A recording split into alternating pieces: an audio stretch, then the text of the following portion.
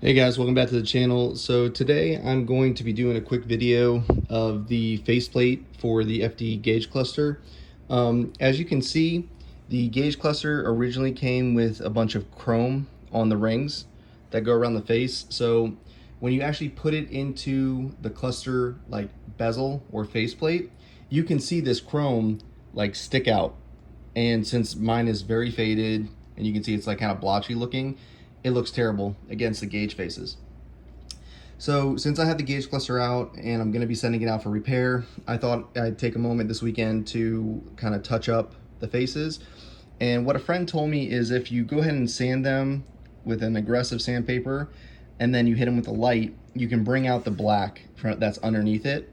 Kind of bring that out to the surface, which is great, but it does look kind of faded. So I think when I'm done sanding and prepping it, I may get a very small paintbrush and some like plastic paint or whatever I can find, and I'm gonna go around the rings and hit them with like a matte or maybe like a semi-gloss color just to kind of make it nicer.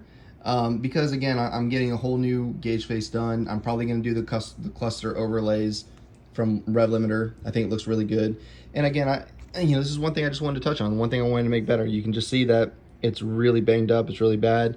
And I'm gonna look into like a plastic cleaner to kind of clean out these plastic sides, just to see if I can kind of like brighten it up, take away some surface scratches, etc. So yeah, that's the project today. We're gonna be cleaning the rings on the bezel plastic and going from there. So you can see here, you can see there, you can see it just faded, the black's kind of coming out from underneath.